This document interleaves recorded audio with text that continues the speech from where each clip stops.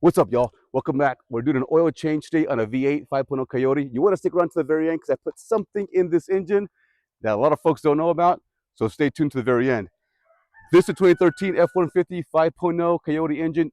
This exact process applies really for anything from a 2011 to a 2014, but if you got a V8 F150, it's going to be very, very similar. Zoom in. Right here we got the Amsoil that we're going to use on today's oil change. It requires 7.7 quarts of oil. This is Amsoil's 25,000 mile protection, or 1 year. I don't go that long. Yes, this truck requires 5W20, but I'm going 5W30 because we're going big, baby. And this provides more viscosity and more protection, especially during those hot summers. But the reality is, if I were to get a new vehicle today, those that offer or recommend going 0-20 or 520, I would immediately bump it up in weight for more protection. Here's your oil filter. That's the part number right there, Echo Alpha 017. And this is a high mileage oil filter as well. Stick around. Let's get this party started. The first thing we're going to do is pull that dipstick. And the reason we're going to pull it is to allow some ventilation for easier draining of the oil. Right over here on the driver's side, just lifted it up. Boom. Now we'll go to the oil fill plug, oil fill cap right here. We're just going to twist it and just lift it up and put it back in. That way we don't get any debris in it, but we still have enough air circulating. Next step, get underneath the vehicle and open up that drain plug. Let's get going. All right, y'all, here's the oil pan. Requires a 15 millimeter socket. This should not be tight at all. It requires 19 foot-pounds of torque when you tighten it up. But again, if you don't have a torque wrench, don't worry. Just seat it and then give it a quarter turn and you're done. On my oil catch pan, I have my vent open. That way my oil will actually go into the pan itself. As you can see, it didn't take much pressure at all. And obviously there was no leaks. So just proves to you that you don't need a whole lot of pressure. Be careful. This stuff will be hot. So you don't want to get burned. Be quick with your hands when you loosen this up. All right, here we go. At a weird angle because of the camera. And boom! Almost. Just kidding. Here we go. There it is.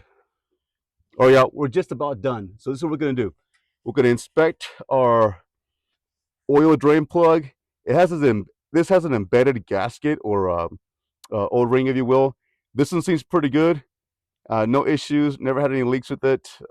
Still in good condition. In the event you have any leaks or you see cracking on the O-ring, obviously replace it. But we are just about good here. So again, not a whole lot of pressure to tighten these up. You're going to see right now. All right, so that's on there. 15 millimeter socket.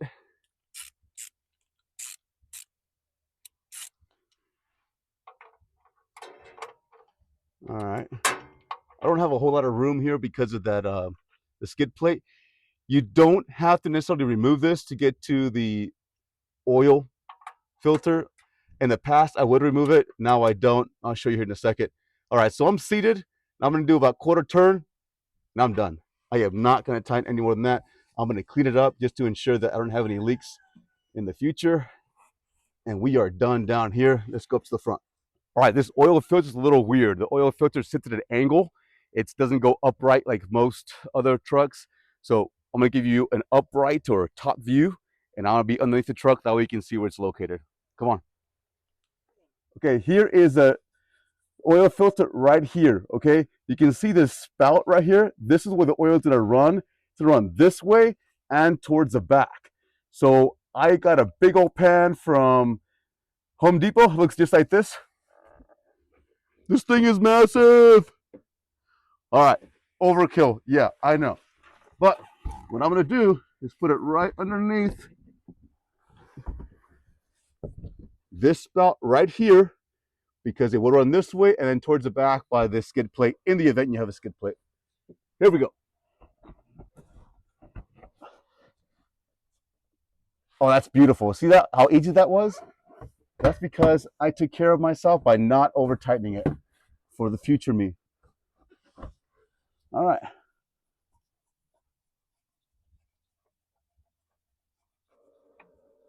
I can hear it already. Boom. There it is. Let it drain out. So there's a pan under the truck right there.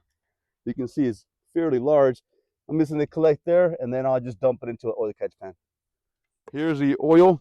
When you open these up, you're going to be very careful not to get any of this foil in the oil jug at all, because you don't want it falling in your engine. All right, what I'm going to do now is get a little bit of this new oil and just coat the gasket around here. You cannot pre-fill this thing because, as you remember, it's at an angle. So that's not going to work, but you definitely want to put oil around here in order for you to prevent struggling, taking it off the next go and prevent any leaks. All right, you're going to get on top again, look down. I'm going to blindly put it in. I'll show you how I do it. Okay.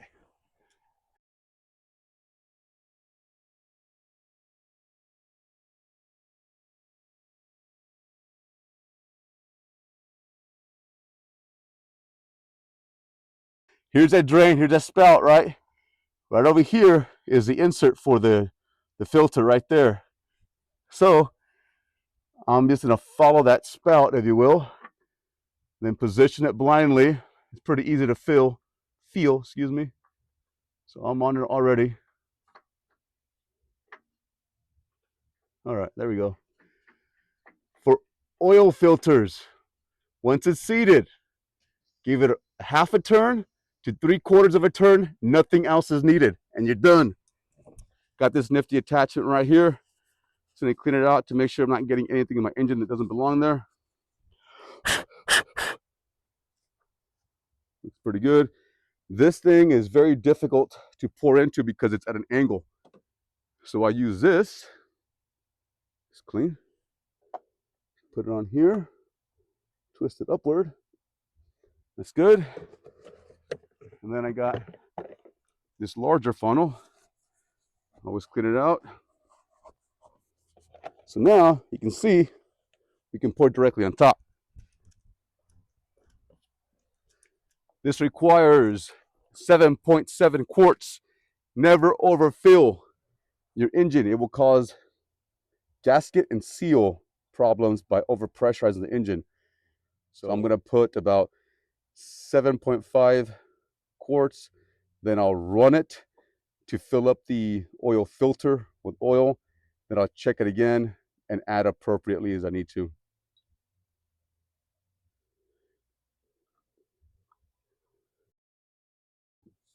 I like getting everything out. You can see way easier than the stock option and the stock funnel option. Using that as this drains, check this out. This is what I put in the engine earlier. Amsoil engine flush. I use it every 3 to 4 oil changes. It works awesome. Primarily what it does is it loosens sticky and valves and rings, cleans clutches. It can be used on transmissions as well. It quiets lifter noise and safely cleans seals, and also reduces oil consumption. Ever since I started using this, I've just noticed a nicer, quieter engine, and I absolutely love it. This thing has 247,000 miles. It runs perfectly. Highly recommend it. Yes, this is the original Coyote engine and original transmission, 6-speed. All right, that's one. And for those of you not as familiar, here's your measurement right here. We're about 7.5 quarts, close to. So I'm going to hold right there. So just about done with that. What I'm going to do now is put the dipstick back in, remove the funnels, run it for about a minute or so, and then I'll let it set up for about a minute or so, and then I'll check the oil levels. We are all done. It got late pretty quickly. Check it out. Here's your dipstick.